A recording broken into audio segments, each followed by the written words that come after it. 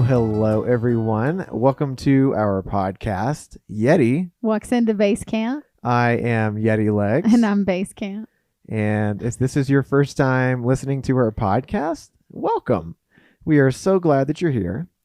And this is going to be, I know we always say we're going to do maybe 2 weeks of the PCT whenever we do our PCT episodes. But this one will ideally be PCT weeks 6 through 7. We're always so ambitious when we start. But then we get really deep into it. It's just like in the trail. It's like, I'm going to do this many miles. And then you start getting, you're like, whoa. Yeah. I'm tired today. Overachieving sometimes. But that's okay. That's okay. So we'll see how far we get today because Basecamp can only like max an hour to an hour and a half in her brain right now. Yeah, she's definitely got limits. Yes, I got some caps. No caps. No caps. Fur. Actually, you know what I realized is I think I made up Fur. I don't think that's a Gen Z name. It's not? But no, it should be. Fur should mean for real. For real. Fur. Yeah? You're welcome. You're welcome for that. Well, yeah.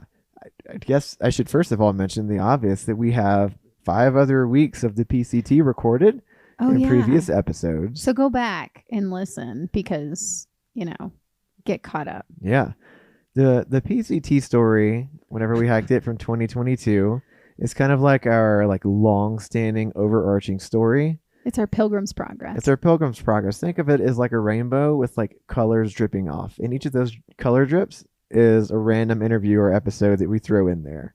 Yeah, and I want to say, I just want to call this out for us, that we've been interviewing some awesome people lately, and we really haven't wanted to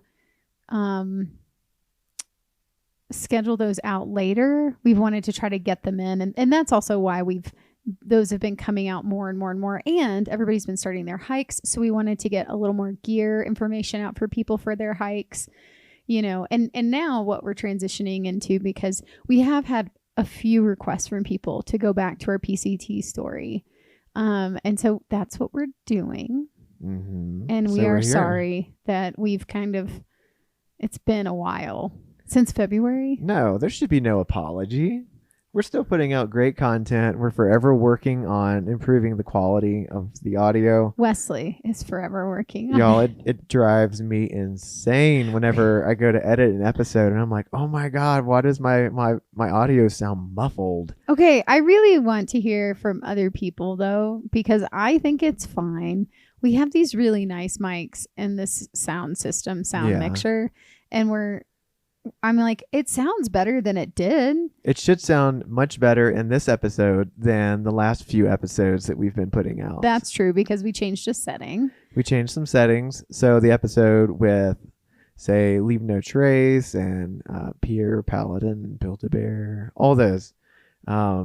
Basically, every episode past episode 10, at least I hear it. I hear a muffled audio from me.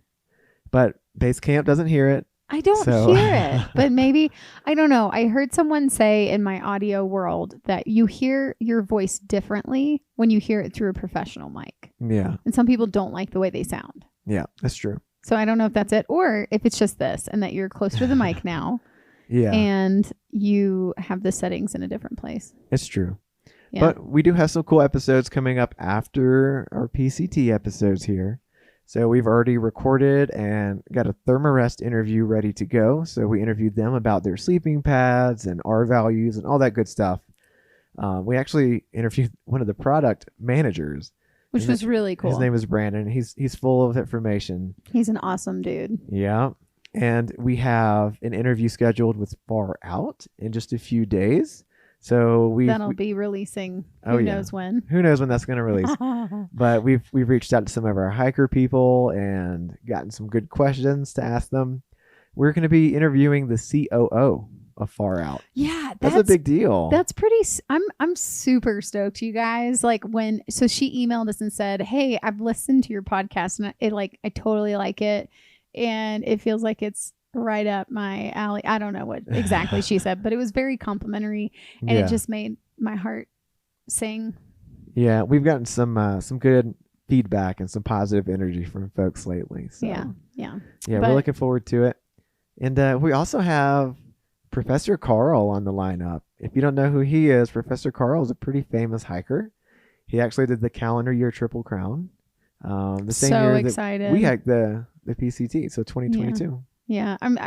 Sadly, we never ran into him on the PCT. No. But, we probably danced around him. I feel like. Well, we're flown by. Yeah, by or him. flown by, but I don't know. Anyway, so yeah, it's going to be great. I will also caveat this entire episode. We are not going to edit this episode. So this is going to be a raw. It's going to feel like a live episode. Yeah. When she says edit, she means like cut out all the ums, Me the saying- yes, the whatevers. Me saying for sure like a million times in one sentence. Yeah. I mean, there's some small editing that has to go in here, but Sorry. Yes. I'm sorry to. no, Yes. it's completely okay. You're right. There is some editing. I'm sorry to burst your bubble. No, I do know that there is some editing. I think I was just thinking, you throw the music in, you throw certain things on, and then you're done. Yeah. It'll be pretty basic. So Yeah. we're just So gonna. that's what I meant. As close to live as possible. Yeah. So there's your Yeah. caveat. You might hear ums. Yeah. So for sure's a lot. And some pauses. Sorry. It's okay. And the dog may even come in here and start going a little crazy. And if she does, it'll just have to stay. But I think she's gonna be okay right now because we took her on like almost 5 mile wog is what we call it. It's a run jog. Yeah. And then before that we took her to the dog park and played soccer with her, which was adorable. She's gotten some pretty good energy out today. I feel like think. she's gotten at least 7-8 miles out of her. Oh yeah. So she she's- should be good. Yeah, she's laying down, sleeping right now. And also it's hot. It's turning into heat. So I think that's... It's turning into heat, Okay. everybody. Turning into heat. It's Fire. turning hotter here. And so I know for her double coat. Oh no. See, this is why he edits so much out because I say shit like this. It's turning into heat. Okay. Oh my God. She hiked up Mount Bierstadt, which is a 14er. One time. And at This the was top, last year. there was a lightning storm kind of rolling in, and she made a video. And she's like, I made it to the top, but look at my hair. And then she says, I'm an electricity. No, I thought I said I'm full of electricity. No, she said, I'm an electricity, is what she said at the top of the 14er. Listen, my hair was all standing straight the fuck up. And there was lightning coming right for us. And that scared me because there were like 20 people on Bierstadt. And I was watching these storms the whole time I was climbing it. Like, am I going to make it? You never, ever, ever, ever, ever want to play with a lightning storm in Colorado. Like, especially climbing a 14er. Like, that's not a game you want to play. And I got to the top and was like, thank God I got here. But there's a lightning storm coming straight for the top. And there's 20 people just hanging out. They're having lunch. They're singing happy birthday to someone. And I'm like, hey, you guys might want to get down now because there's a lightning storm coming and our hair's standing straight up. I'm an electricity. Okay. Anyway, but I ran down after that. And that's when I dislocated my shoulder. Yeah. That was the same day. All the same days because she was an electricity, folks. Okay. I'm glad that you got all that out of your system and that you felt strong and powerful when you were running down the mountain. I did feel very powerful, actually. Yeah. And I was like, sure. yeah, I'm a fucking badass running down a 14er with my running pack on. And people were like, whoa, she's running. That's so sick. And then and I was like, oh, yeah, I'm so cool. And then I tripped real hard. I was going fast and I tripped and I hit a hard rock.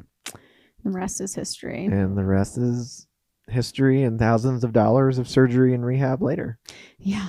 I mean, you guys all walked that journey with me. Yeah. And now I'm okay. We ran today on this trail. I was so happy. Yeah. I felt alive. Whenever I say rehab, someone said this the other day. Rehab does not just mean rehabilitation from drug use and alcohol overconsumption. It also means rehabilitating your body. So physical therapy as well. Synonymous with rehab. Yeah. Whenever I was working the shift at the brewery. Bless their heart. I know. Well, I guess should we transition into drink of the choice? The drink of the choice. Here we go. Let's do that. So my drink of the choice is I am being good right now. I am hydrating, believe it or not, but not just hydrating with water. I am hydrating with LMNT. So LMNT. It is a sugar-free electrolyte supplement that you add to your water. And, after all of our physical activities today, I just wanted to hydrate before I started hitting the beers. So that's what I'm doing right now. And I think mine is the citrus flavor. I thought it was lemon lime. Oh, I think it's citrus. Oh, okay. I thought you got out the green packet when we were I don't looking at know. them. I think it's citrus, but I know yours Okay. is watermelon. Well, But- hang on. Let me tell my drink. Yeah, but what I wanted to say is, I'll go ahead and say this before you tell everybody what you're drinking. Oh, If you go into the show notes, there is a link that you can use to get your own order of LMNT. So that is lmnt.com. That's the website, but there's also that link in the show notes. And if you use that link, any purchase that you make that is not apparel, which I don't think they really have a whole lot of apparel or swag except for maybe a hat. So any of their little LMNT liquid flavoring hydration packets that you buy using that link, you'll get a free sample pack, ooh boy. which is like a $15 to $20 value just for using a link. So if you're going to check the stuff out, why not? Why not try a We- little extra? Yeah, we used Mio and And we did some liquid IVs. some liquid IVs. And on the Colorado Trail, I use Gatorade powder as well. But this stuff is really hydrating.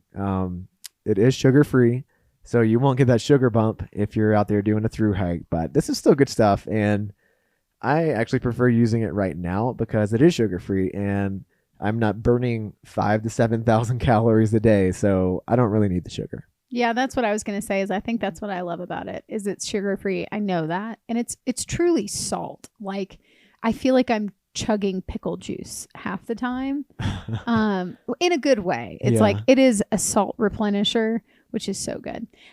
What I am drinking actually, and we did not plan this No, we didn't. at all. I am drinking also an LMNT water. It's the watermelon flavored watermelon salt, Yeah, watermelon Flavored. salt. but I have vodka in mine. It looks like water. It looks like water, but I don't know. I feel like I put 3 shots of vodka in this.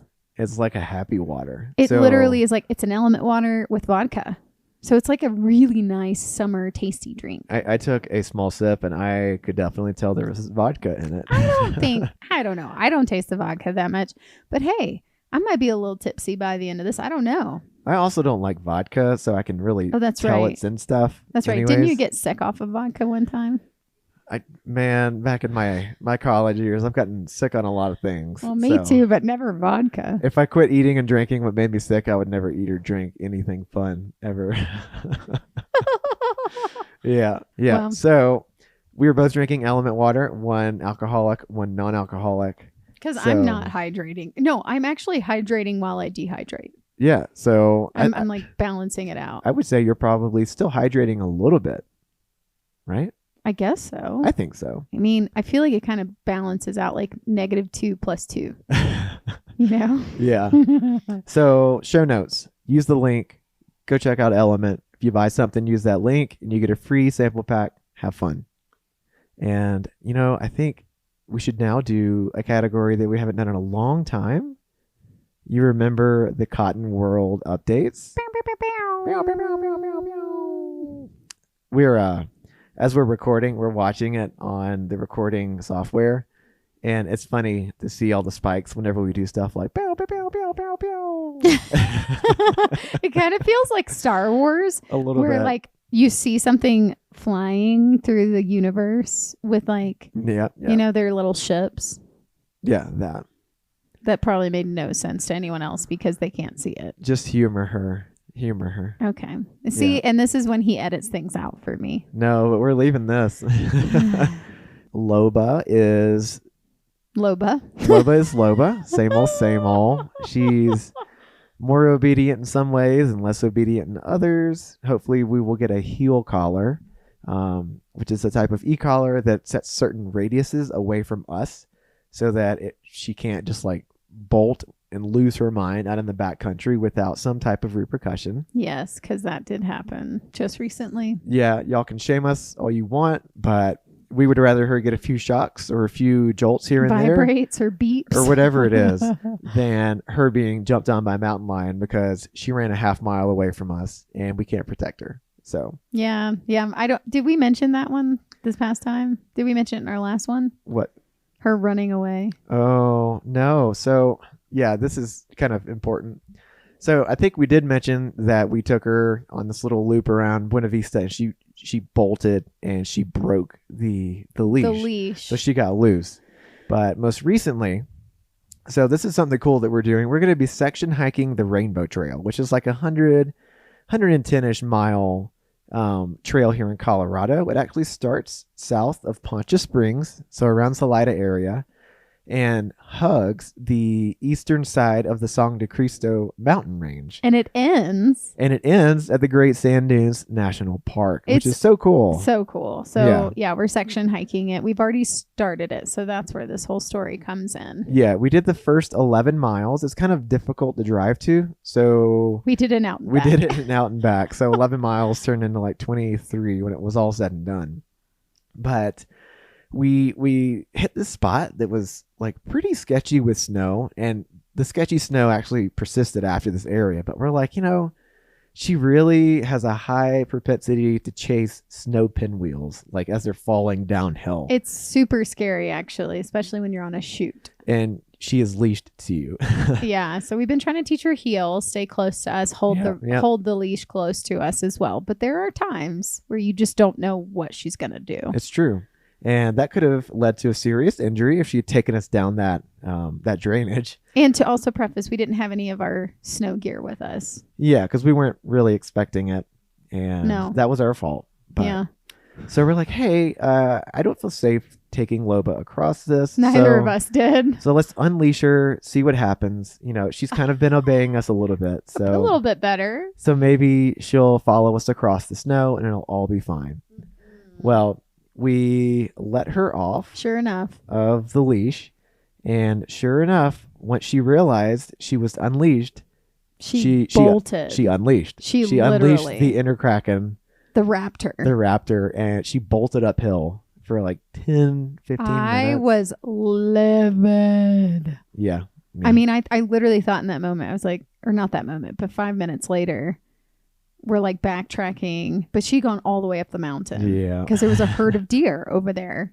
So of course, what is the saying? Fool me once, shame on you. Fool me twice, shame on me. Yep. That's kind of what it felt like. Yeah. Like pretty much. Like that's kind of what was happening.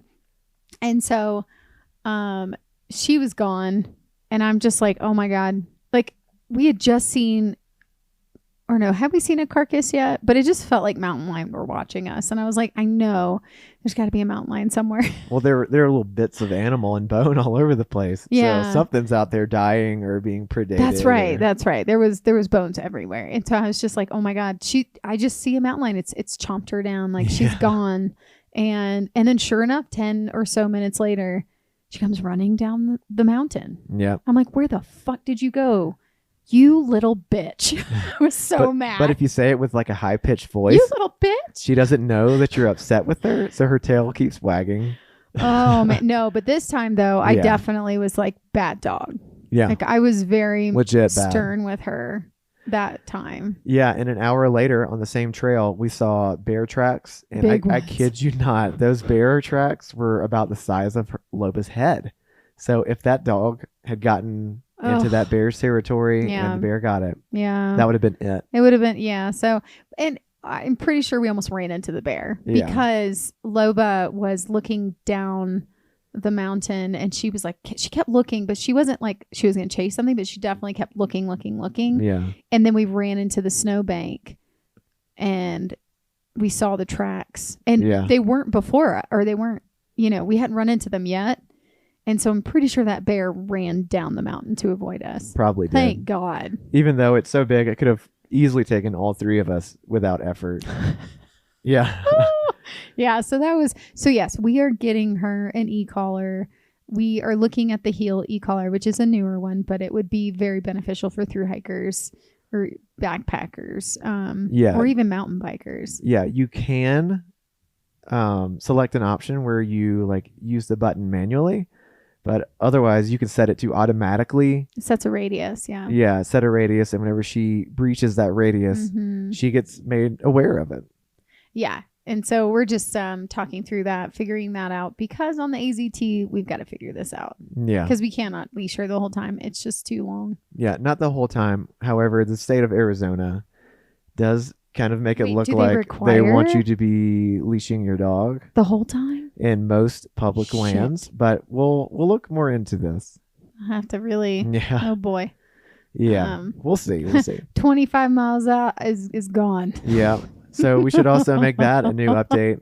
I think we mentioned it before, but we're going to be hiking the Arizona Trail this coming December through January of 2025. Super stoked, you guys. We're doing it in the winter.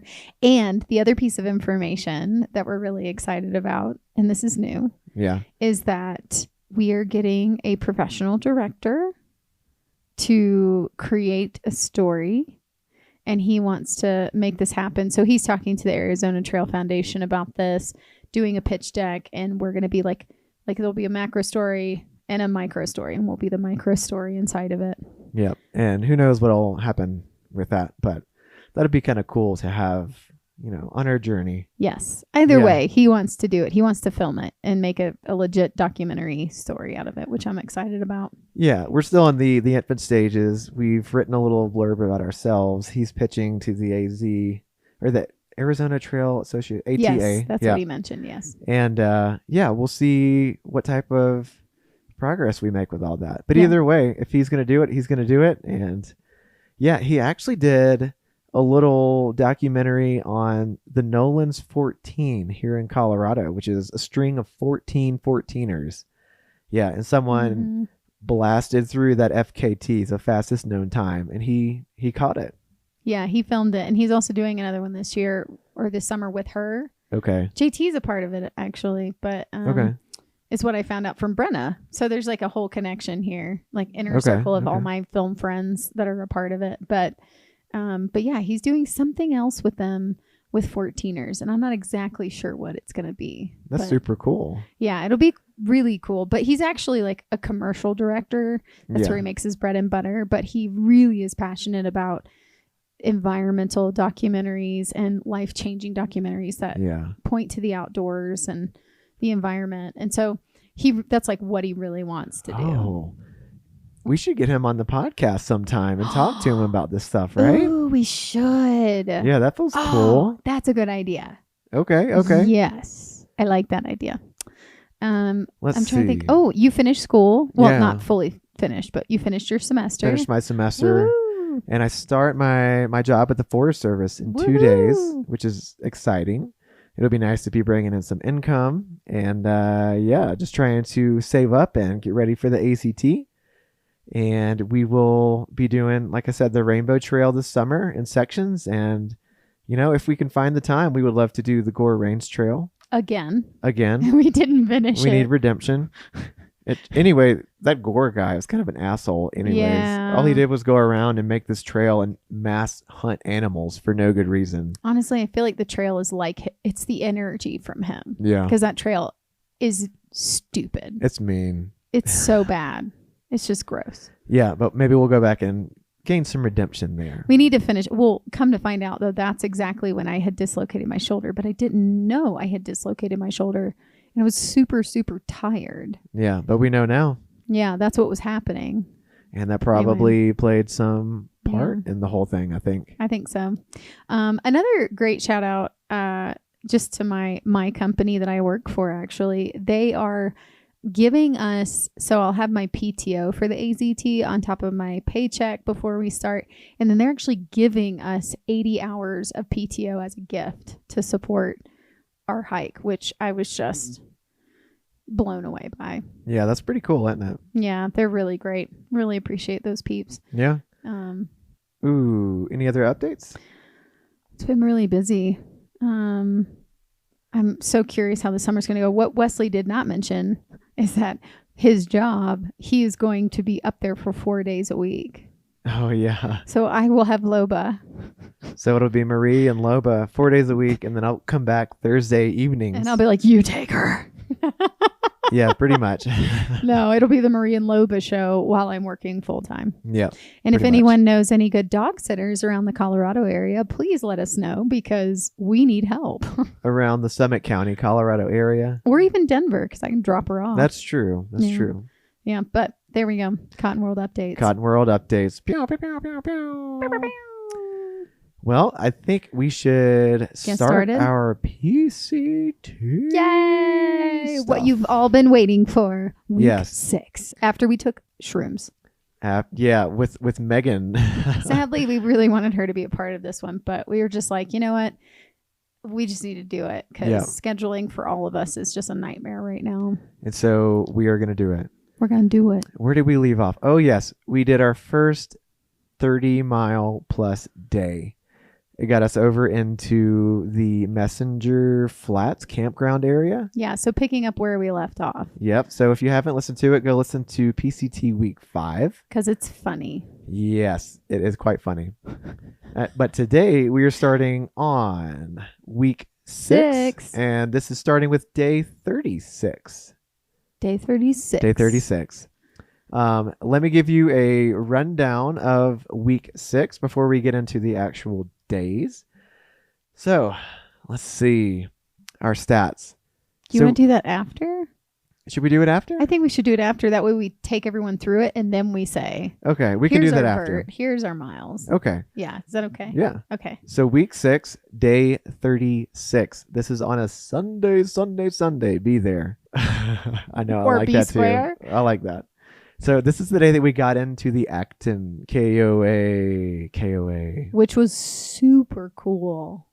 And so I don't remember a whole lot about the hike to the KOA other than it was just kind of up and deserty and rolling mountains. And I remember power lines and a few flowers blooming. It was very exposed. I remember that. But what I remember is you had to do like a half mile to a 3/4 mile road walk to get to the KOA. And before we started that road walk, we get down to this little parking area with like a covered gazebo thingy. And there's this guy down there with like a cooler and a radio. And we're like, oh my God, is that trail magic? Like, that would be so cool if it was. And it was just this dude down there with his shirt off. Definitely not. Pot belly, like swaying in the breeze. And he was truly a hippie. He was just a hippie enjoying his hippie life. And yes. It was not trail magic. What a sight that was. I do remember. I feel like I blacked that out until you just said it. It was kind of a shock, wasn't it? Yeah. It was like, whoa, I haven't seen almost a half naked man like that with a pot belly in a long time. Yeah. Because this man ain't got a pot belly. Nope. You don't for sure. At that point, you've shaved all your fat. Yeah. Whatever fat you had. What little fat remained. You had like nothing. You were just all muscle and skin. Oh, I know. I mean, because this is 36 days into a hike. Yeah. And we've done what, like 500 miles ish by this point. I guess so. So we're cruising and bruising over here. Yeah, we were. I was bruising. She was bruising. I was cruising. He was cruising. Yeah. Yeah. Oh my God. She really liked that one. No, that was good. That was good because it's true. I was bruising and he was cruising during that segment. Yeah. But we did manage the road walk, of course, as painful as any road walk ever is and will be. In the heat. But it's kind of cool because the Acton KOA there, so there's like most KOAs, it's like a building. And there's a big open yard and kind of like a stage or a deck area. It's beautiful. And then you can see little houses and lodging and stuff in the back. Mm-hmm. But as we're walking the road and almost at the main like facility, main entrance, we can see all of our peeps. So all of our friends. And we're like, oh, wow, it's kind of like a giant reunion here. It was actually. It was really cool. Yeah. I thought it was a lot of fun. Yeah. And I know that there are a lot of people in this that we've probably only breezed by.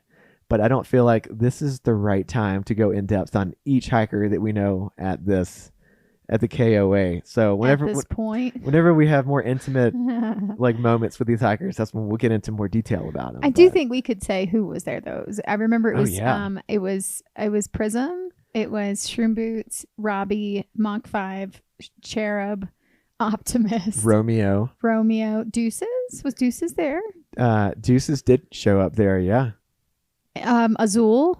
I mean, it was literally a party. It was our party, man. Who else was there? Oh, was I remember Boomy there? Dan was there. Dan. Oh my God. Because Dan ate all of our pizza crust. Yes. That's really when I feel like we got to know Dan the best. Dan the man. We hung out with him that night. I know dinner. we've introduced Dan before. Yes. Rogue, Cookie Monster, Dan Cakes, Peekaboo. Peekaboo, that guy. Dan Cakes. Yes. The guy who peeks, literally peek bags, and he like shows up again out of nowhere. Like Dan wasn't he already at the Acton KOA when we got there? And I was like, yeah, how the fuck did you get ahead of us? And when did you was. get ahead of us? Because we said bye to him when we were hiking with him at one point. He's like, okay, guys, I'm going to go bag this peak over here. And I was like, okay, bye.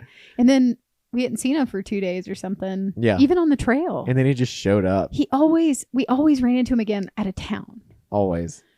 That was just Dan for you. That was Dan. But you know what I remember? Deuces was definitely there because do you remember the hiker box at the Acton KOA? And it was amazing. Full of Nature's Valley bars. Oh my God. And he took all of them? Deuces took every fucking one of the Nature's Yes, I do remember that. And we were like, Deuces, I guess you're going to be regular. Like, you going to save some for someone else, bro?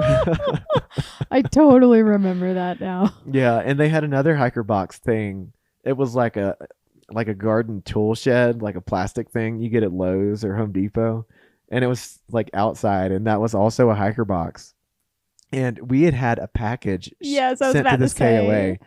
And I think that here at the KOA is when we really realized we didn't enjoy half the things that we had like oatmeal packed ourselves in our boxes. Oatmeal. That was the Oatmeal. one. Yeah, and the green goddess dressing from Trader Joe's. Wow. Yeah. Yes, because of day 2. Because or of, whatever, day 3. I think it was day 3 at Mount Laguna. Yeah. Used way too much. Made us a little sick. Didn't we gave it to Prism.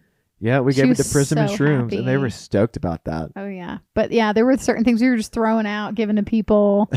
Everybody was really happy about. But there were other things in there I was like, oh, thank God. Yeah. Like, I think I had ponytail holders in there, and I had pads for my period. Yeah, and we had packed ourselves a lot of tea bags, and we don't even drink tea that much. So I don't know why the heck we did that. Why did we do that? I have no idea. And I think we'd packed That's ourselves like 2 peanut butters, and 2 is just too much. So we put 1 in there. Wait, but do you remember the honey peanut butter? Oh yeah, the Trader Joe's honey peanut butter. I remember that. Oh my God. For a whole season of the trail, I was obsessed with honey peanut butter. Oh, I remember it. Yeah. I would just eat it, and like it was like dessert. I would just eat it in spoonfuls. Yeah. It was so good. It was. But I think that's when we got our first honey peanut butter. That's when we got our first honey peanut butter. Oh, so good. Yeah. But then you know what else I think about that night? What? This is when we had sex. Oh, yeah.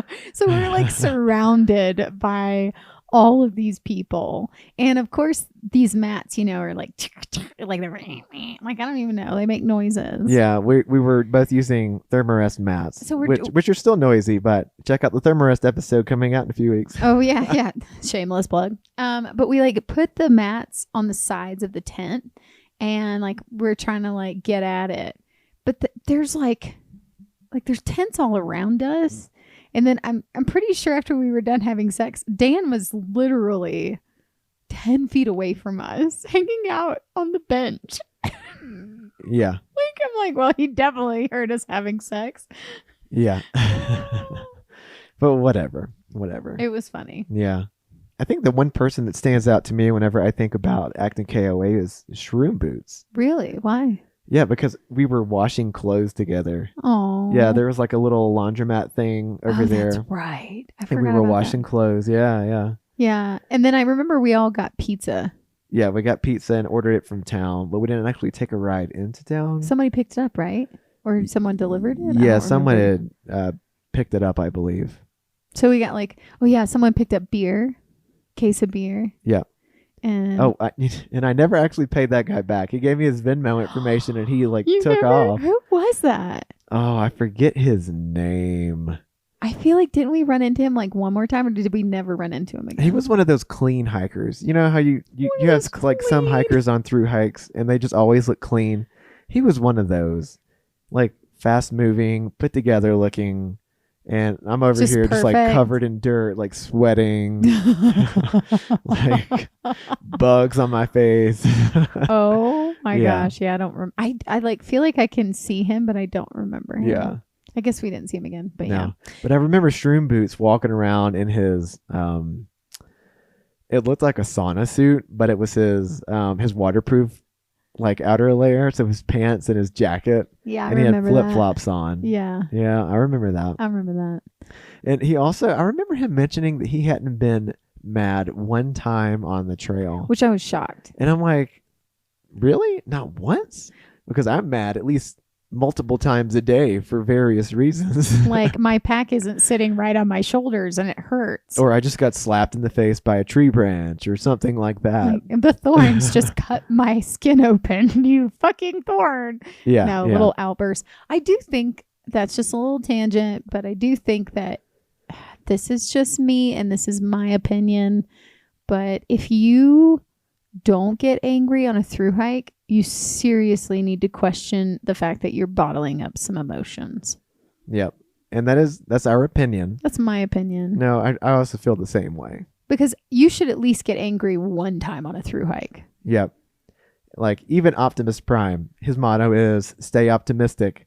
And you can stay optimistic, but also be pissed off. Yeah. He's got his moments too. We all have our moments. We all have we're- our moments. We're human beings. We're not robots. And for people who get on the trail and and I'm just going to say this for anyone who gets on a trail and feels like you can't be angry or sad or cry in front of other people, but you have to be happy and you have to be smiling all the time. Yeah. And talking about how amazing it is all the time.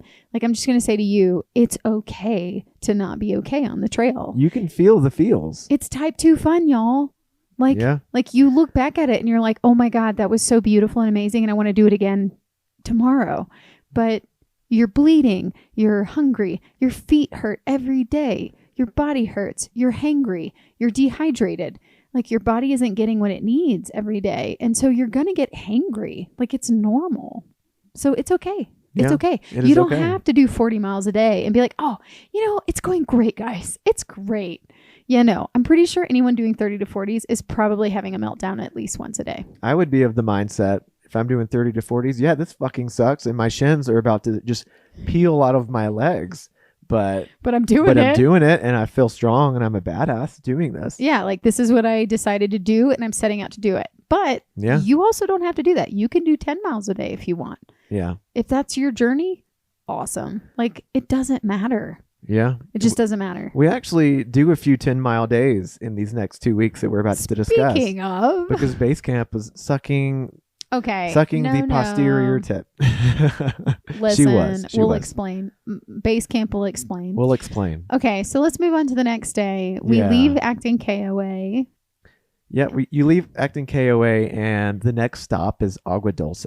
Which was super exciting. Wait, Dulce or Dolce? Agua Dulce. I don't know. DULCE. However you want to pronounce that. I mean, that's for the Latina people. Dolce? Dulce.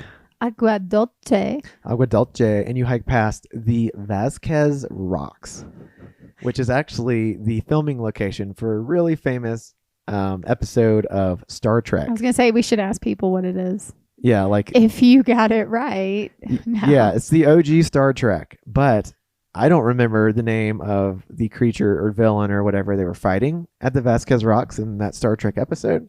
I don't either. So if you do, please Tell let us us. know because I'm not going to look it up. Nope. But it Nope. was super cool. And we had a lot of fun just being in awe in that area. It was a lot of fun. It just kind of pops up out of nowhere. Like you're in the quote unquote desert.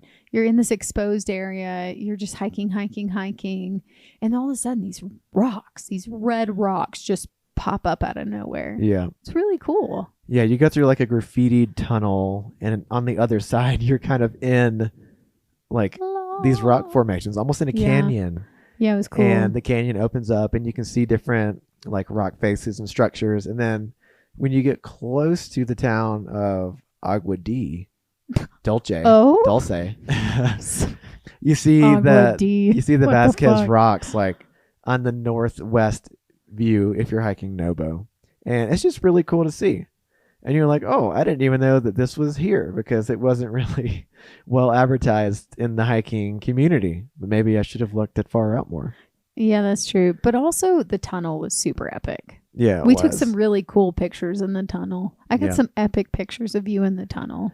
Yeah, and I remember when we walked through that tunnel, I thought of the Harry Potter scene where Which they're one? where they're attacked by the Dementors in the tunnel. Is it in It's in like Video 5? I think it's in Video 5. Video 5. Sorry. You mean like Movie 5, Movie Movie 6? Good God. I think it was the Prisoner of Azkaban. Yeah, that's 5. That's Yeah, my favorite it's that one, yeah. Okay. That's why I was like, wait, I know you mentioned Dementors and they're in the tunnel. Yeah, with Sirius Black. Yes, I love Sirius Black. He's one of my favorite characters. He's one of my distant relatives. I mean, that makes sense, actually. Last name As is well Black. as the Weasleys. Yeah, Are they... that's racist. Just because they're redheads don't make us. Don't make us. That doesn't make us related. Anyway. Don't be a hater. I'm not a hater. Okay, so then we got into Agua Dulce and we went to this Mexican restaurant called Bonita Maria. Not Maria. Maria. Maria. Maria. You in French world, aren't you? I'm trolling him. Yeah, we went So to bad. Bonita Maria, And it was amazing. The food was amazing. and Our waiter was amazing. we Too were, much. We were probably like one of 3 tables in the whole place, and we're like, hey, can we taste this beer before we just get a whole like 22-ounce mug of it? And he brought us a very generous pour. Yeah, pretty generous pour, I would have to say. And then we do get beers, right? Big ass beers. Big old like German Stein size beers. And we eat our stomachs full, even more so full, because then we're like, we're not going to get food for a while. for another minute. Yeah. So we just eat. And then he comes back with these tequila shots. And I'm not a big tequila fan. Remember how we talked about in the beginning, how Yeah. Wesley got sick a lot in college? Well, tequila was my arch nemesis. I got super sick off tequila when I was 17 or 18. And I'm talking threw up bile for a day or two because of tequila, because I just had too much and mixed it with other stuff. It was bad. Rotted her stomach out. And so I can't smell tequila without vomiting a little bit in my mouth. But he brought us this tequila and he was so nice. And he gave it to us on the house. It was a gift. And so I take the shot. Yep. And then he brought another one. Because I asked for another Because round. Wesley was like, can we get another one? I was like, oh my God. And I don't know why I took the second one. I don't know why. What was I thinking? You were just caught up in the moment, I think. Oh God. So I took a second one. And that was my downfall. On a full stomach. And we've got our stuff charging over in another booth. The waiter was kind enough to let us charge a few electronics. And as we're getting ready to pay and wrap up and finishing up our food and drinks, this little table, it was an older man, Oh, that's right. probably 50s, and a His younger girl, niece. his niece. Yeah. We're having, I guess at that point it was a Dinner. late lunch, early Yeah. dinner. And they come over and they start talking to us. And he's like, hey, blah, blah, blah, you're hiking the trail. And we're like, yeah. Didn't he ask us do you have anywhere to stay tonight? Or Yeah, he sure did. because we had no clue where we were going to stay. We were just going to hike out of town and Find a spot. somewhere on the trail to pitch. And he's like, hey, I've got this big chunk of land over here. It's right alongside the trail.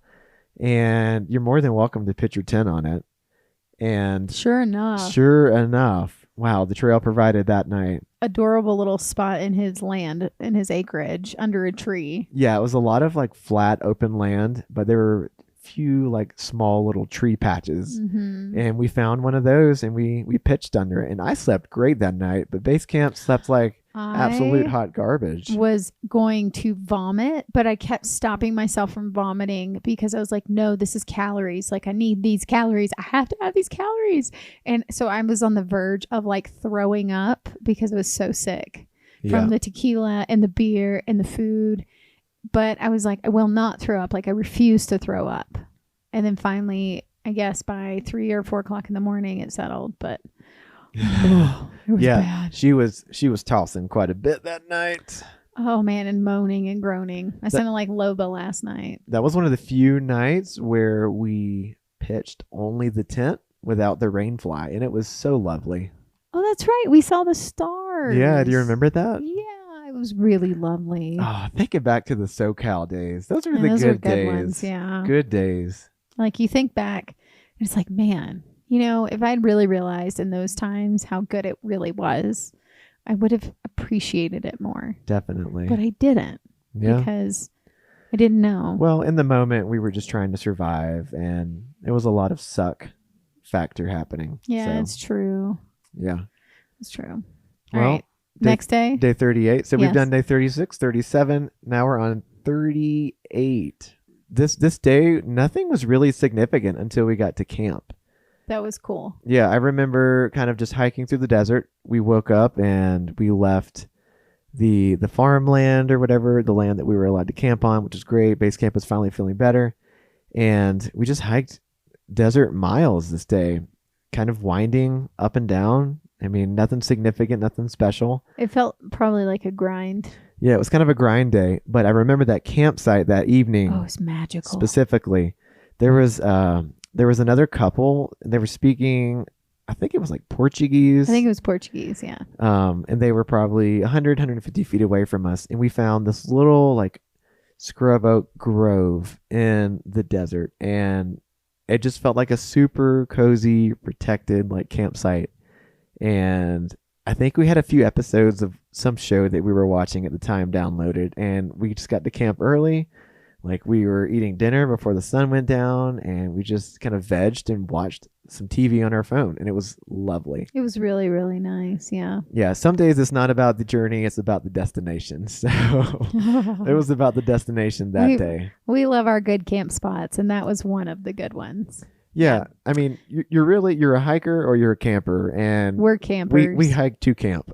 Yes. Is what we love to do. Yes. If we don't find a good campsite, it's a sad day. Yeah, you think so? Yeah. I get so bummed. I'm like, oh, man. Oh, well, is what it is.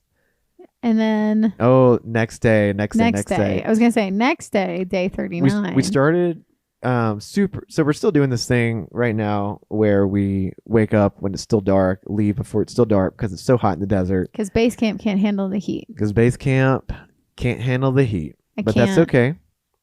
But I remember this morning we hiked by a sign for the Leona Divide 50, which is a 50-mile ultra race. You remember seeing that? Yes, I was so excited. And they had so many iconic names on it. I freaked out. I know. We have a photo of us on either side of the sign.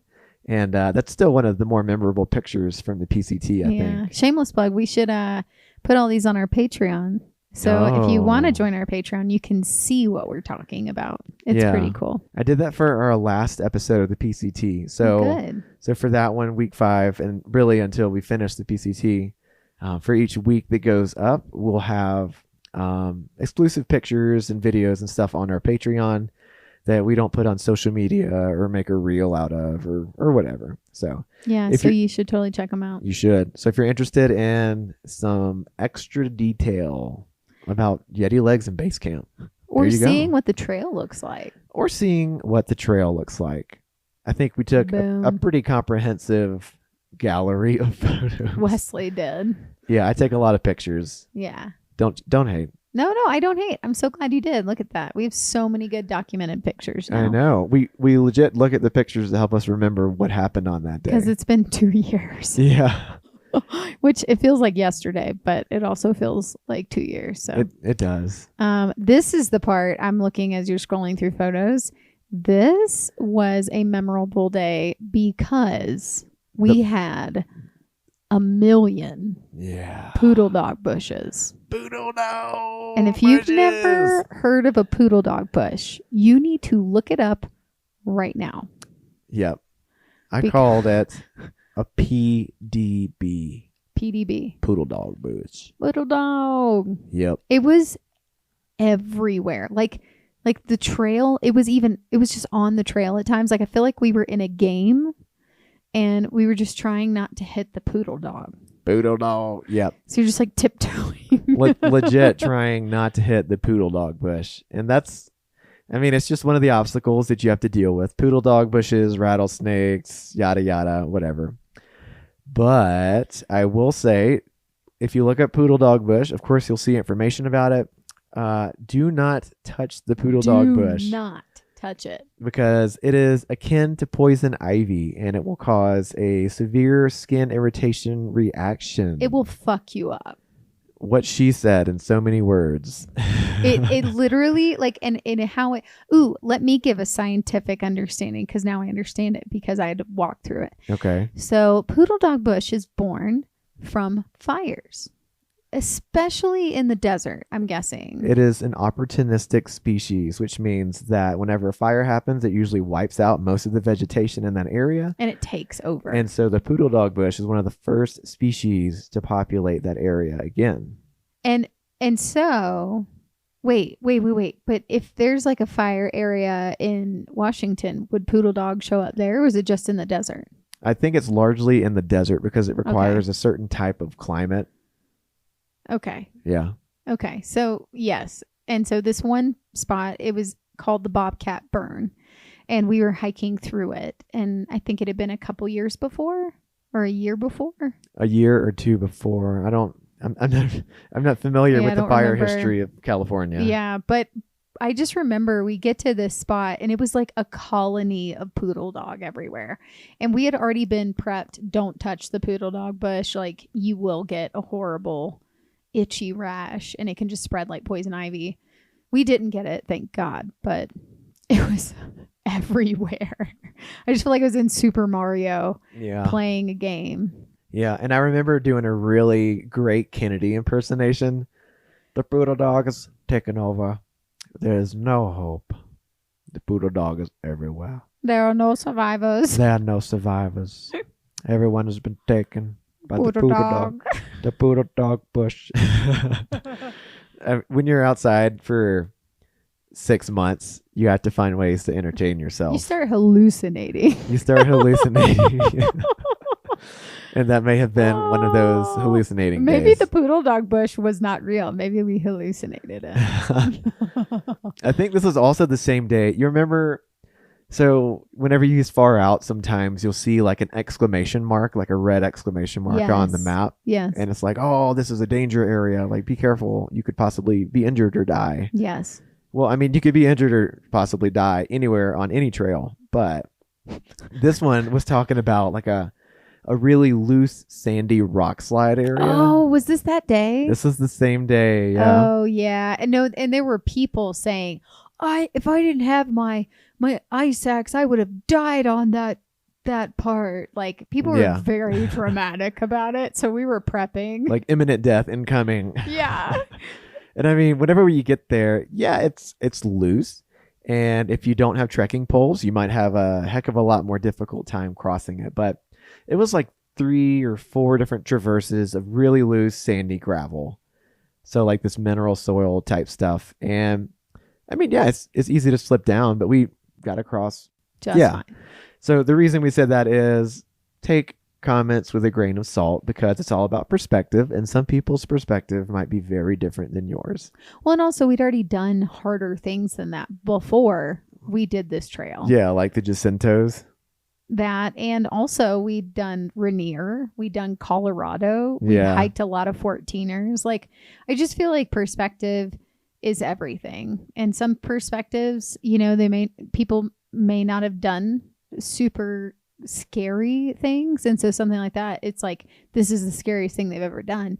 But when you post it on a comment and say that, well, now I'm prepping because I've done really scary things, and so I am thinking ultimate death in my head when I see that, because I'm like, okay, this is what we have experienced, is crevasses that we're jumping over that will lead to your death.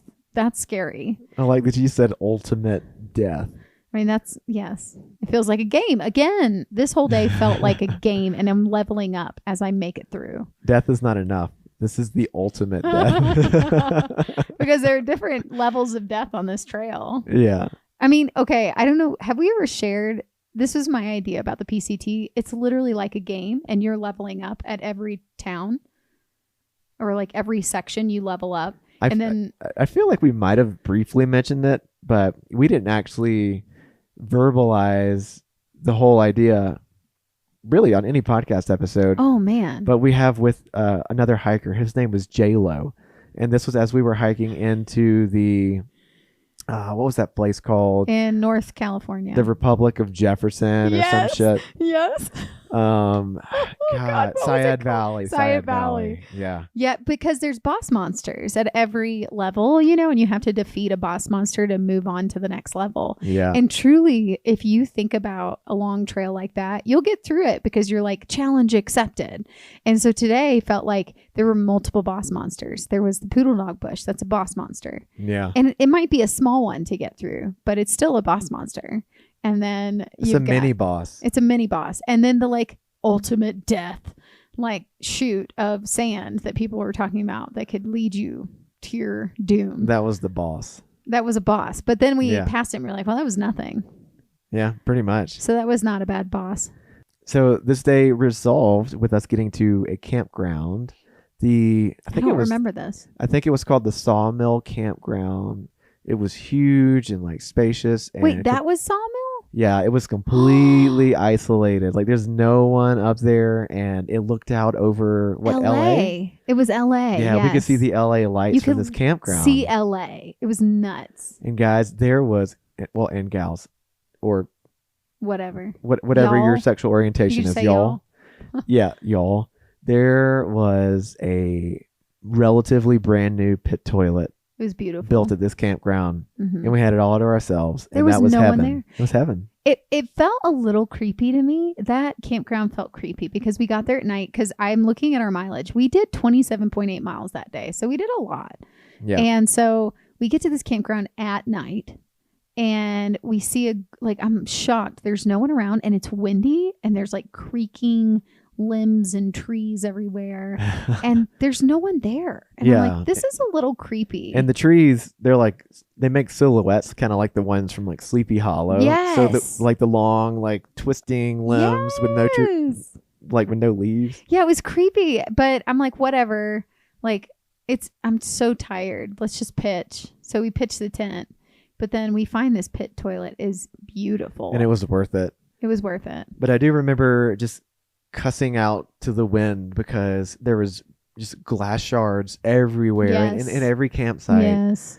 And like, did we have Tyvek with us at that time? No, we had the footprint. We didn't even have the footprint. We didn't even have the footprint or Tyvek. And so I was really concerned about us really nervous. pitching and ripping a hole in the bottom of our tent. Yeah. Just because some jerk off decided to be cool and break a glass beer bottle out there. Which, I mean, it's outside of LA. So I'm sure I can just picture it now. And and there were also a lot of spent ammo cartridges out there.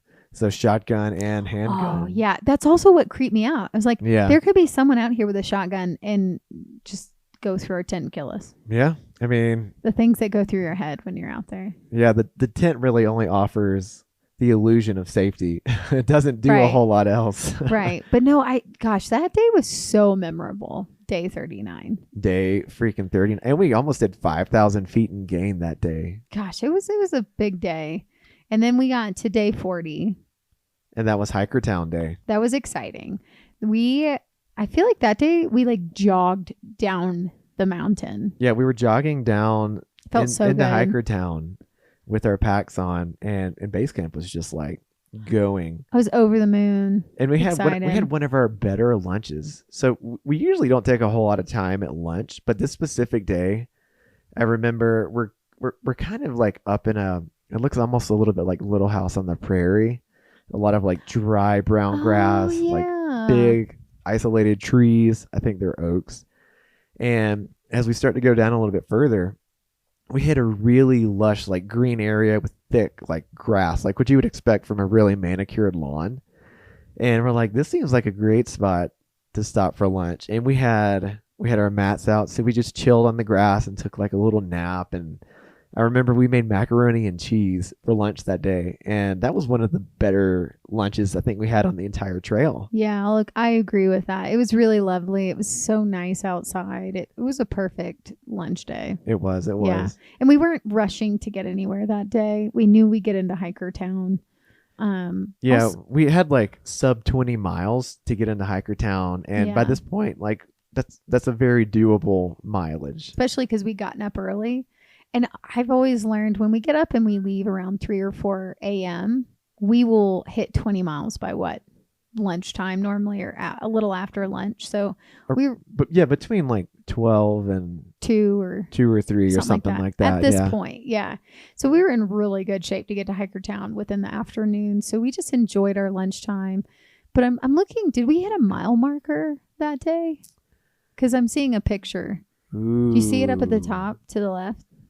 Oh, yeah. What mile marker is this? The 500? Hey, and I will walk 500 miles. We kept singing that all Yeah. day. This is the day we hit our 500 mile marker I too. will walk 500 more. Yeah, that was actually earlier in the day. Yes, that Yeah. was. It was really early in the day because we Yeah. we were really close to it. And this is actually kind of a funny anecdote. So we mentioned this guy just only a name earlier. His name was Romeo. Oh, So- yeah. At Hikertown, there is this sweet woman who's supposedly running the joint. Marta. Marta. And let me just give you a brief rundown of what Hikertown is like. Imagine an old Western like village, movie set. like a movie set, but miniaturize all of the buildings. Yeah. And Make them so- small. Yeah, like Oompa Loompa sized buildings almost. And that is what Hikertown is. And it was started because this guy kept having hikers like approach his property line and his fence and asking for water. And I think, was it him or was it his wife that started giving out water? I think his wife And was eventually, a part of it. Yeah. eventually food started to roll out. She started making food for Like hikers. hot dogs. Yeah. And then it just became a whole thing. And so they decided to build Hikertown for hikers. Yeah. And it's like this old Western village built around a normal house. It's a little haven in the middle of like open plains. Yeah. And so, and you can actually rent some of the Cabins little or- cabins or buildings out. And they all have themes. They've all got themes, and really there's not really electricity. No, there's no electricity, but they all have themes to each of the buildings and Yeah. the rooms that you get.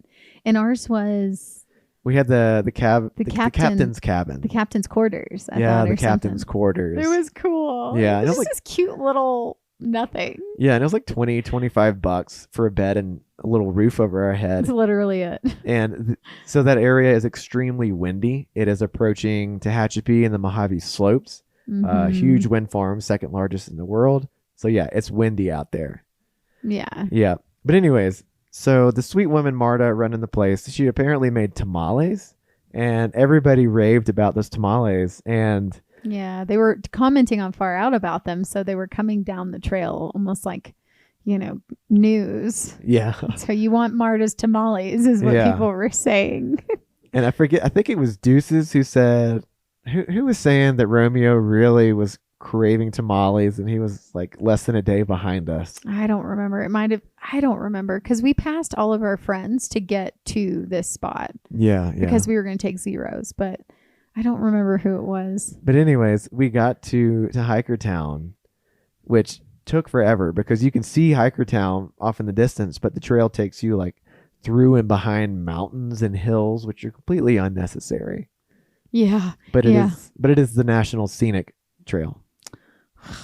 You can always see your destination, but you're miles away. You're miles away. It's not a straight point. It's rude. It's so rude. Yeah. It's just a little carrot just hanging above The your carrot head. on the stick. Yeah. Yes, it's horrible. But no, Hikertown was great. And we ate the tamales we actually ate the rest of the tamales. that should have been for Romeo. Sorry, Romeo, if Sorry. you're listening. They were so good. We paid for them though. We did pay for them, but apparently we heard from Romeo, I think in Prism, like, He was later. devastated or something. well, no, later, I guess Marta didn't make tamales for the next day. Oh, what a shame. So that's what it was. They're really labor intensive. So Yeah.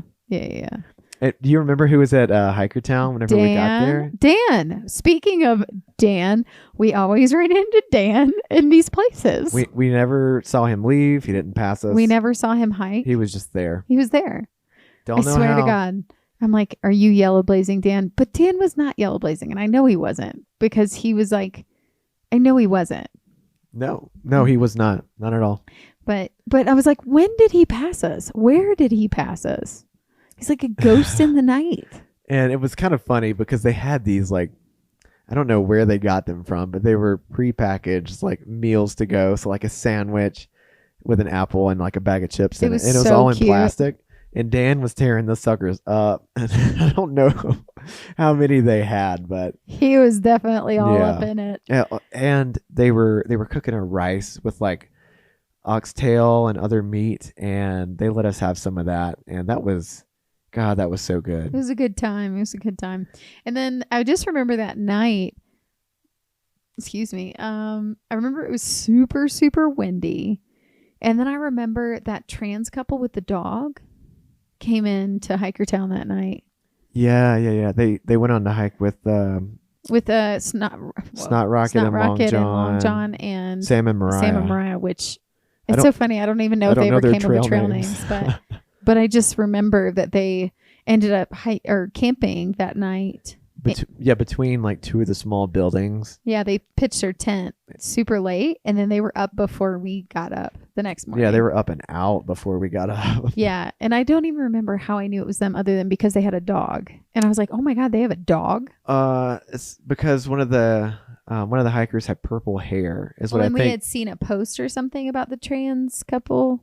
Yeah, they were out there blowing through miles too. Yeah. Like, good on them. Yeah. But anyway, I just remember that being a part of it. And I remember it being really windy that night and going, wow, I can't believe I guess we all do it, but. Yeah, I mean, you do what you got to do. It was windy. And I think they probably had gotten there after, like, Marta was already up and no one was out to greet them. So they just had to pitch somewhere too. Yeah, they just had to figure it out. Because I think they lock all of the doors to the little houses that you can stay in. Like, you have to have a key to get in, I thought. Yeah, I think you do. Or Marta unlocks it for you. You can't just go in. No. So yeah, I just remember that. But I think, well, here's the thing is we were trying to get, because, we'd done out of Acton KOA, we're like leaving all of our friends saying bye, peace out, because we're trying to get to take a 00 with my friend Megan, who you all met in our week 5 podcast, actually. Yeah. She lives near Hikertown. She lives in California and she lives close to the trail. And she was like, I'd love to host you guys for a 00. And so that woman, she's one of my best friends. I've known her since 2015.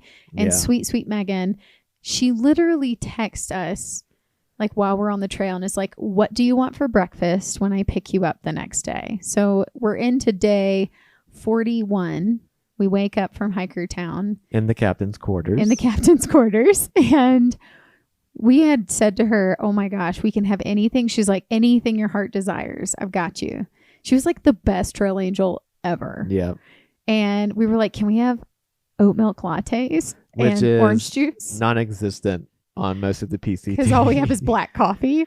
And can we have orange juice? And can we have pancakes and bacon and sausage and anything else and butter and whipped cream?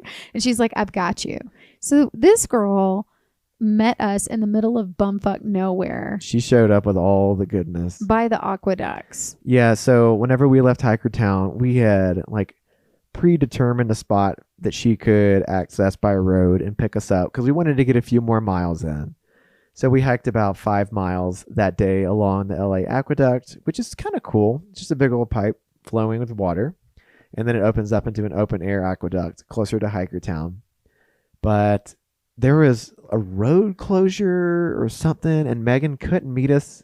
So then we had to figure out another place to go. Yeah, thank God we had cell service so she could call. I know. So yeah, it was like a little floop-de-doo, but we figured it out. So we did like 5.34 miles that day. Yeah. When she met us, and she picked us up, and oh my gosh, this girl.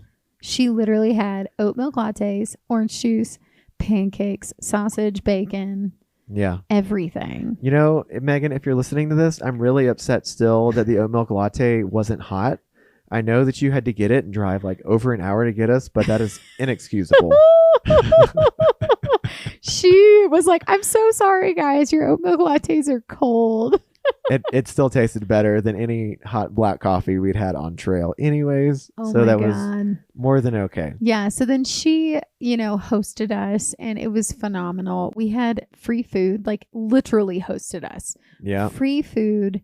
And some of her dear friends also, like they were a part of it, Dan and Christina. So yes, I actually knew all of them. We all knew each other from going and doing a trip together internationally back in 2015. It was so weird, I think just the meeting, the circle of coming back after all that and seeing Christina and Dan and Megan and all of us just getting to hang out and catch up and getting to inspire Dan and Christina, I feel like too. So Dan is a scout leader in the Boy Scouts. Yeah. And he has all the maps of the surrounding area. Amazing. And they have like this long Game of Thrones dining table. And he had the whole table covered in maps, just nerding out. With us on the PCT and like where we were, where we were going, what was happening, what were the snow levels like. It was amazing. Oh yeah. But then we just had all the food our hearts could ever desire. Oh yeah, they made it an event. It was so crazy after not having anything for so long, and then all of a sudden we have everything at our fingertips, and it was so overwhelming actually because we could just make choices. But Megan would be like, "Do you want this or this?" And I'm like, "I don't care. Just give me mac and cheese. I don't care. Like, let's just make it happen." Yeah, let's just whatever works best. And then we could get Amazon same day delivery. And I was like, where are we? It was so creepy. I was like, we've had to have people ship stuff to us 2 weeks out to another town, like it was just it was surreal. And then she had a bathtub. She had one of those beautiful bathtubs. I got some Epsom salt. And then she gave us as a gift free massages. She paid for them 1 hour full body massages for each of us. Oh my God. And I would never do that again. Like I would rather have that if I could at the end of the trail versus a third of the way in. Yeah. A quarter of the way. A quarter of the way. My body was so relaxed by the time that she dropped us back off. Yeah. Yeah. It was crazy. So we were with Megan for 2 full zeros, including Easter Sunday, where she made like an Easter dinner for us. Yeah. Potatoes. I don't know what was wrong with me, but as soon as we got done eating Easter dinner, I went and just threw it all up. He got sick. I guess my body just couldn't handle all the good food after all the garbage that we had been eating. The fatties and the goods. Yeah. We had like a good red bottle of wine. We ate outside in like the nice weather and just watched the sunset. Yeah. And like you mentioned, we got some gear that we needed same day through Amazon and a few other pieces we got from a local REI. Oh, that was funny. And one of the REI techs keeps like trying to recommend different products to us. And we're like, we're here very specifically for these items. Do you have them? And they would try and like give alternatives. And then finally, like, we know what we want. Finally, this one guy was driving me crazy. Like he was driving me crazy. And I finally just say to him, like, listen, buddy, we're hiking the Pacific Crest Trail. Have you ever heard of that? And he was like, yeah. I was like, yeah. So we're actually hiking that. And, we're 500 plus miles in and we know what we want at this point. And I don't care for your opinion, but I appreciate that you're trying. And we're not elitist and we're not, what's the word? I don't know. Because I judge REI people if you listen to this. I don't like it when they act like they know better than me. That's it. The word is entitled. We're not elitist. We're not entitled. But to be honest, it was getting annoying because they kept suggesting more gear. Or shoes that we didn't want. Yeah, they were suggesting hiker boots to us. I'm like, shut the fuck up. And honestly, it was starting to eat up time. And we just wanted to get out of there. So we had to shut the conversation down. And that was the best way to do it. I will say I do think that one guy was like really interested in what we were doing because he really wanted to do it too. And he was like asking us questions. I think that was the other thing too, is this guy was asking us questions because he really wanted to do it. And then I was like, oh my gosh, like we're so tired. We just want to go relax. We only have so much time to chill. Yeah. And you seem nice. And we definitely did get some great relaxation in. To summarize that week 6, we did, let's see, We averaged 15.93 miles per day. We only hiked 6 of the 7 days for that week. And we just came in under 100 miles cumulative at 95.58. Our vert gain was around 14,977. That's a lot of vert. So just under 15,000 feet in vertical gain for week 6. Y'all, if you don't think there's vert in the desert in SoCal, you are seriously... Look, we climbed almost 500 deceived. feet out from Hikertown just on the aqueduct. So there's gain out there for sure. Yeah, there's some gain. Yeah. It ain't fun. But it is what it is. But it is what it is. You just do it and you suck it up and you do it. Yeah. So we'll have another installment of our PCT saga coming out shortly. And you can also anticipate a little mini series on the TMB. The Tour du Mont Blanc. Tour du Mont Blanc. We actually had a listener request it. Well, they said they were going to do the PCT in the future, but this year they're planning the TMB. And so they had some questions for us. And we're like, well, we can do you one better than just responding through email to answer your questions. We can actually make you some episodes. How about that? And so we are going to do a mini series, which apparently, who knew that the TMB was such a, like, people really want to know about the TMB, and it's a trail that a lot of people want to do. And so I think we're excited to get to share our, like, a breakdown of the TMB. I think it's going to be really cool. Yeah, I think it's going to be super cool. So we're excited about that. And we're also excited to let you know about a little discount that you can get for Aqua Tabs. You guys, we love Aqua Tabs. We use them a lot, especially on trail. It's a really great source when you are just like moving fast and you're on the go and you've got a great spring, like a mountain spring or something, and you're able to fill up your water bottle and you just want to throw in some of your, like, instead of filtering, because you just don't want to stop. Yeah. Throw in some Aqua Tabs. Very easy. And so the way it works is you fill up a 1 liter bottle with water that looks relatively clean. So, like, get all the chunks out if you can. And instead of sitting there and filtering the water, you throw 1 Aqua Tab in there. And they have a couple different sizes for different volumes, but get the 1 liter tablets. Super lightweight, weighs virtually nothing. You throw it in there and you let it cook in the water for 30 minutes. And after 30 minutes, you can drink the water risk and worry free. We actually use these a lot on all of our through hikes and also our just weekend warrior hikes and little section hikes. And also it's nice when you have like a cow pond. And her vodka must be kicking in. A cow pine. When you have a cow pond. Das Cow. Yeah. When you have a cow pond and you filtered, but then you want that extra layer of protection, Aqua Tabs. Should always bring protection. I mean. Yeah. That's why we have birth control, baby. Yeah. And so if you want to check out some Aqua Tabs, we've got a link in the show notes. It's kind of hard to find the website to purchase their products on, so I would suggest using that link. And you can get a 15% discount on those Aqua Tabs using the code Yeti Walks Into Basecamp. So it's just the name of our podcast. No spaces, all one word, Yeti Walks Into Basecamp for 15% off. And a packet of, I think a 30 count costs between $15 and $20. So that 15% discount could come in handy.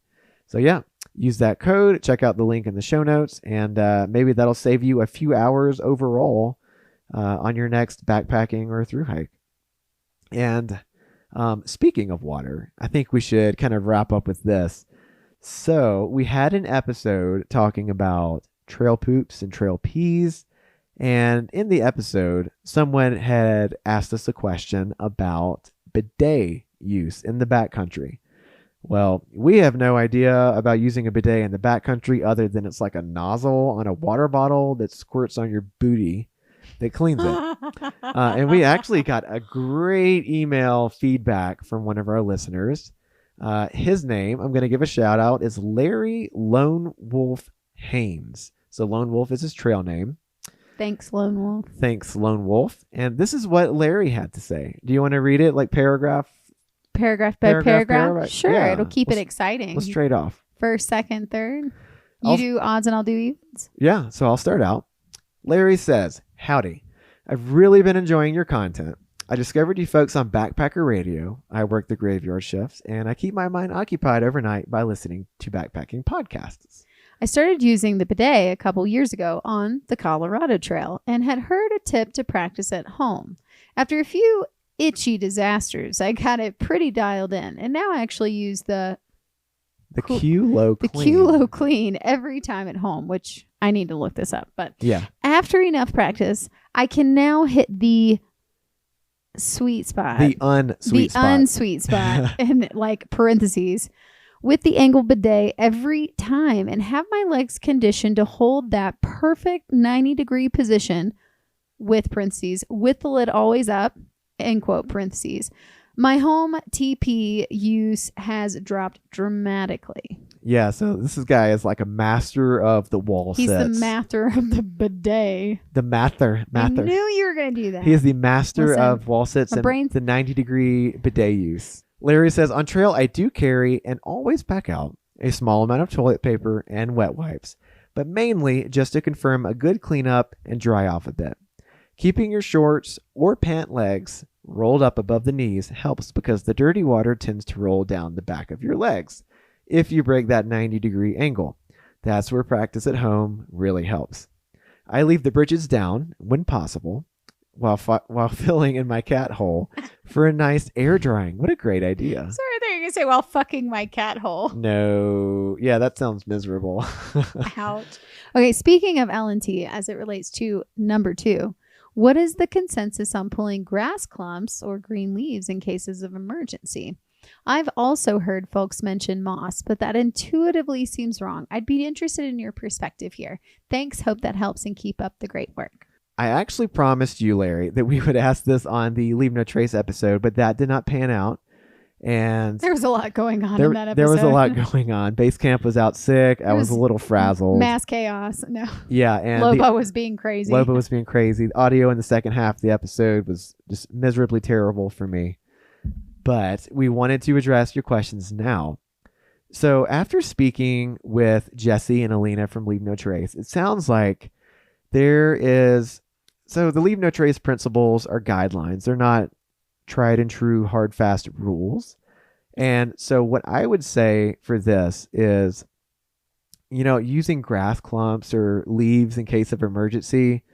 I mean, even moss, I'd probably strive to use the grass or the leaves because those are both more likely to grow back quicker and faster and in higher abundance than moss. Yeah, you want to kind of leave moss and lichens alone as best you can because they contribute a lot to biodiversity and ecosystems, and grasses just grow back super quick anyways. So that's going to be your best bet, accompanied by leaves. And to the use of those, why not? I think it's a better idea for you to use grass and leaves than to bury toilet paper in a cat hole in the backcountry.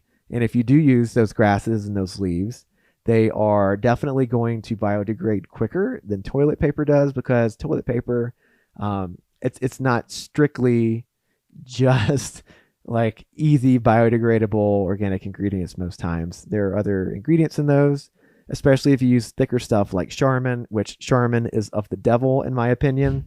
So if you use that, shame on you because it's way too thick. Use something thin and nice like the Scott tissue paper, which is like one ply or recycled toilet paper. Charmin is of the devil, and I hate those stupid bear commercials where they try and sell it like the Happy Bear family. Do you know that using toilet paper that is that thick is killing bears slowly? Yeah, so think about that, folks. That's kind of ironic. Whenever you go out and you were like, oh, I need some really cushy, soft toilet paper for my butt. This sweet guy, Larry's out here contemplating and asking if it's okay to use grass and leaves to clean his ass. So, Larry, do your thing. Clean your behind with some grass, some leaves, whatever you need to. Thank you for using a bidet. And even though Basecamp and I have yet to use one, I'm sure that's far more eco-friendly than using toilet paper, even though we're packing it out, because that's less waste and that's less trees being cut down in demand for increased toilet paper need. Should we try a bidet? Maybe in the near future. That also feels like extra water carry and especially in the ACT. Yeah. Yeah. But no, dude, I say do what you need to keep things clean and keep that little like cat hole fill in air dry going. I mean, honestly, I was running one time and I really had to shit and I didn't know it was coming. And like, I just didn't know at all. And it happened. And so I pooped and I used sleeves. Yeah. I mean, you can do it. I mean, it was fine. Yeah. It worked. I mean, you know, I don't, yeah. Mm-hmm. Yeah. If you're close to a town, you can even use some clothing. Why not? Oh. Yeah. We did an ultra race one time and Basecamp let me use one of her socks. Yeah. It was true love. It was like a 50 mile? It was a 50 miler. And that's when you know that I'm all in because Yeah. I'd had really bad blisters on that one before, like a year before.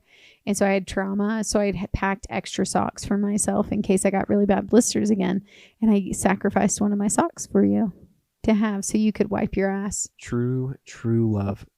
Larry, if you're not married, find yourself a woman that'll let you use her sock to wipe your behind. If you are married, good for you. And I hope that your significant other goes out backpacking with you.